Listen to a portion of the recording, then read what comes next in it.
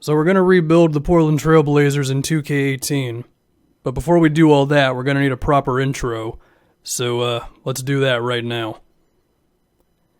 It was an unfortunate end to the Blazers season, and while they made the last game against the Pelicans competitive, Anthony Davis, Drew Holiday, and the crew proved to be too much for Portland, as it would be a 4-game sweep, and it puts the Blazers in an awkward position, because while Lillard had himself a pretty rough series, he is still one of the best players in the league, and you would hope that he can be the best player on a championship team, who really knows, but he definitely doesn't have the team around him to really go to that level. I mean, CJ McCollum's a good player as well, but in today's NBA, you just gotta be loaded with stars, right? Unless you have LeBron James.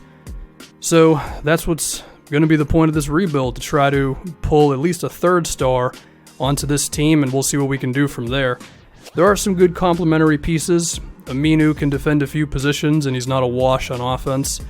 And then you got Jusuf Nurkic, who is pretty physical, has some decent touch around the rim, and can bust out a few post moves, one of the better rebounders in the NBA. The problem with this team is the money. Evan Turner has nearly $18 million committed to him, which is too damn much for what he's able and not able to do. You've got Mo Harkless, who's actually a pretty decent player. He's a good two-way guy, and he's getting better with his threes. At least I like to think he is. But he might have to go as well. And then you got Myers Leonard, which is basically just nearly $11 million of dead money. And between these three guys, I mean, how much money is that combined? It's over $30 million. And as a result, we have pretty much no money to do anything in free agency. We can't do too much in the way of trades. So we have to get these guys off the roster. We have to free up all this money so we can make some noise in free agency this season. And the only way to trade those bad contracts is to attach draft picks to them. In real life, this is the way. In 2K, you could do this without the picks, but I want to be at least somewhat realistic. Trade number 1, Evan Turner is going to the Chicago Bulls. They take on a first-round pick, and given that they're bad, I don't think they would mind taking on his money for 2 seasons. So that's where he's at now. Next up is Mo Harkless. He's going to go to the Dallas Mavericks, and we're actually going to get a second-round pick back in return here because I think he's a pretty decent player who Dallas would be willing to take on, especially because of his age. So he can get in Rick Carlisle's system, and maybe he can be a piece of the rotation with Dennis Smith and Harrison Barnes and all them. Now, Myers Leonard, you definitely have to attach some assets to. 2 second-round picks going to the Atlanta Hawks. Notice that these are all bad teams who would be a little more willing to absorb some money. Whether he actually plays in Atlanta or not, who really knows? So now we have a bit more money to play with, and we will be keeping Jusuf Nurkic. We're going to re-sign him when he's a restricted free agent. But we do have to make one more move that I didn't see coming when I initially thought of doing this rebuild. We might actually have to dump Zach Collins, a promising young center, as well as Caleb Swanigan, also a promising big man. You really need as much money off the books as possible in order to make a splash with where max contracts are in today's NBA. So those two are going to be in San Antonio. Now we have the money to get ourselves another star player. And because this is 2K, you can pretty much guarantee that you'll get whoever you want in free agency. And the guy I'm looking at is Paul George. Someone who, to me, could be the perfect third guy within our offense, because Dame can still be the primary ball handler, but CJ and PG have enough abilities with the ball in their hands to where they can run some of the offense too. They're both great shooters, and then defensively, PG is awesome. By the way, we have to renounce the rights to basically everyone on the team, so shout out to Shabazz Napier. But Paul George is on the team now. And the next step is keeping Jusuf Nurkic, which we will do. We'll match any offer that he gets. But there you go. Now we have 3 legit star players on our team. And now it's a matter of rounding out the rest of the roster. And the first guy I was looking at is Fred VanVleet, who was the leader of the second unit for the Raptors this previous season. He was maybe the best backup point guard in the NBA. Someone who has a lot of guts, can hit big shots, but he also knows how to run the offense effectively. And we need a mainstay defensively off the bench as well, and that guy's going to be Tyson Chandler. He may be old, his athleticism may not be what it once was, but the dude can still play defense and grab rebounds. Anthony Tolliver is another guy coming on a minimum contract who was quietly one of the best role players in the NBA this previous season for the Detroit Pistons, a power forward who can shoot threes and play some perimeter defense, and a couple moves here and there, and this is the roster we have now. You'll notice that Aminu is still here. I think he and Paul George can fit in really well defensively together. Rodney McGruder can be a nice 15 to 20 minutes kind of guy. And we have the best bench warmers in the league with Swaggy P and then Darren Williams, which doesn't mean anything, but I feel like it's worth mentioning nonetheless. So, will this work out? I don't know. The one thing with 2K is that half the time the teams that are supposed to win don't win, and the teams that are supposed to lose end up winning 45 games. So, there's going to be a sense of randomness to all this, but, like to think that we have a tall roster who can switch a bit on defense, and then we also have a few guys off the bench who can come in and add to that, and then we have a three-headed monster on offense. According to 2K, we're the 7th best team in the NBA. That's pretty okay, I guess. The first month, Paul George loses in his return to OKC. I don't actually know if that was in OKC or not, but whatever. The first month, not so beautiful, only 7-8. So now we got to dive in and see what's going on.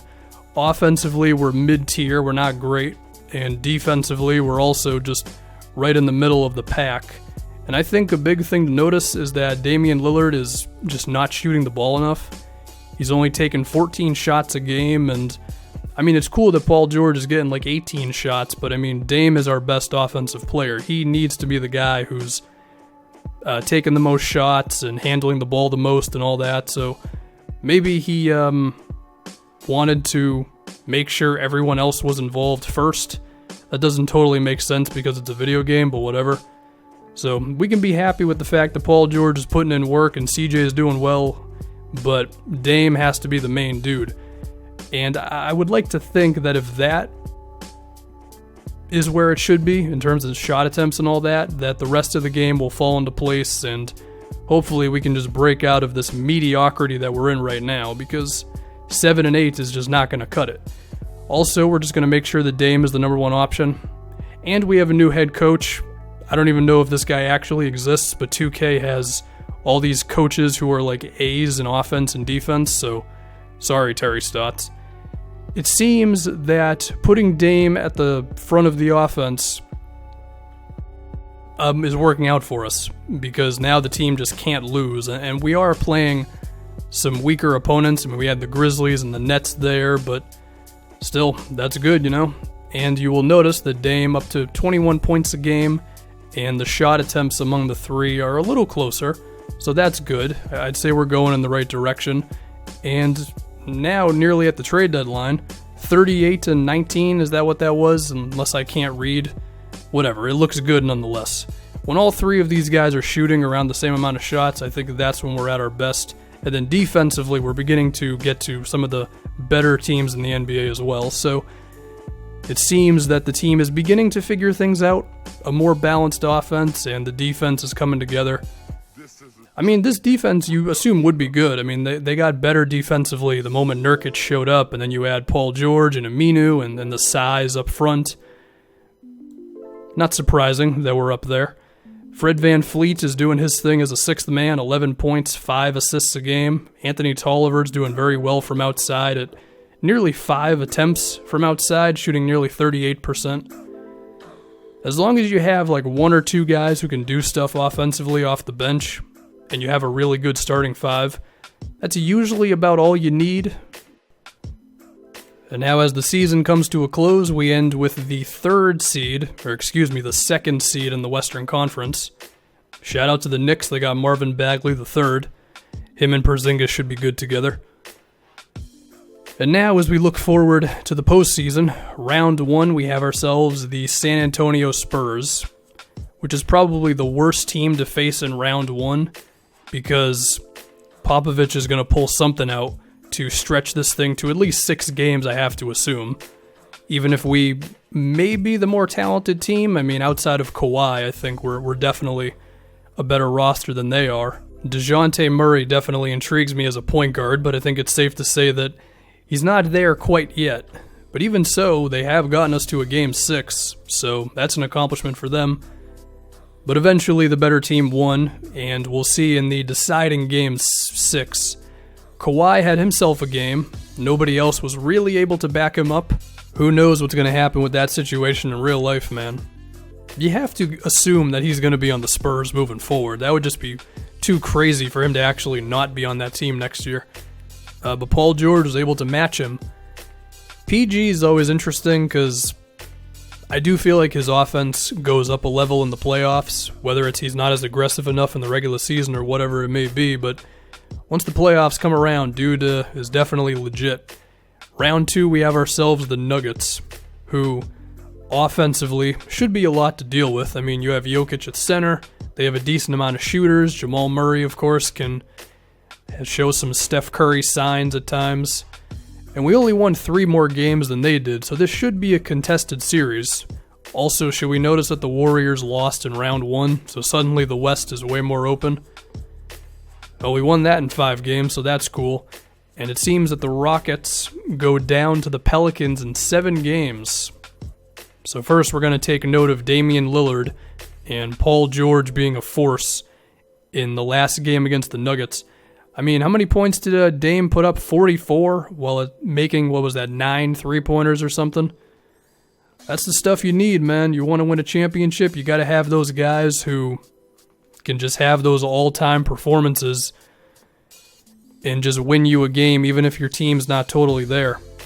And so now we have ourselves the Pelicans, which I did not think I was going to be saying.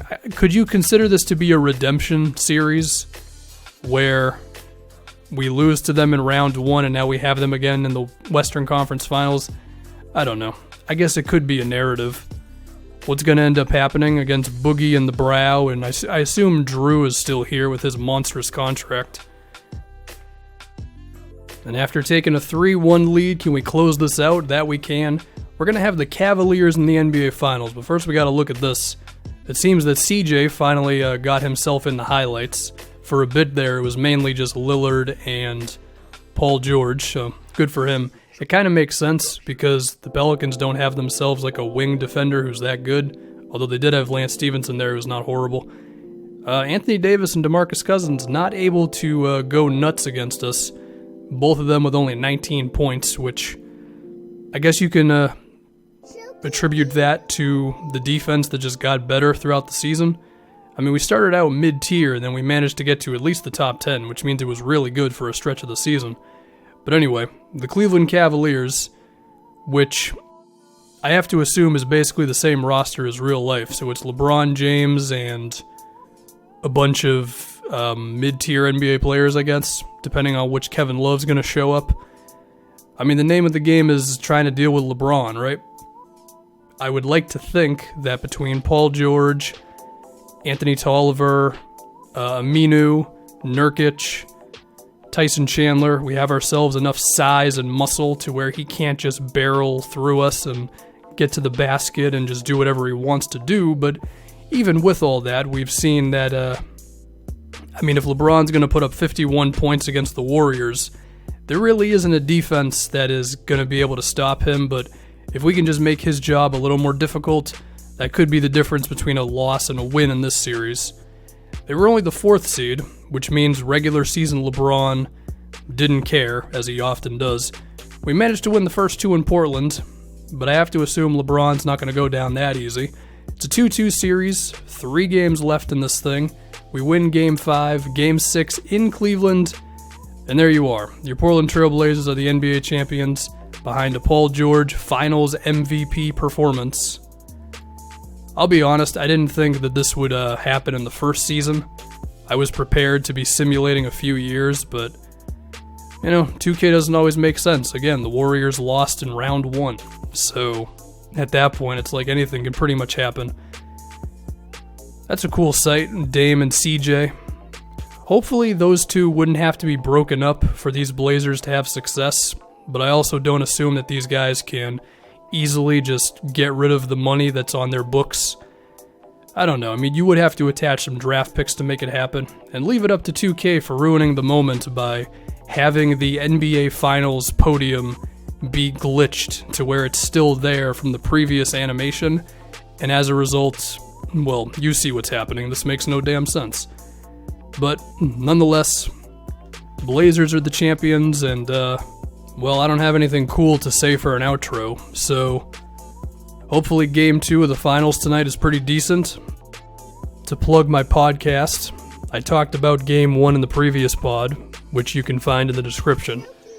And I have no idea what those black bars are on the banner. So, yeah, that'll do it. I'll see you.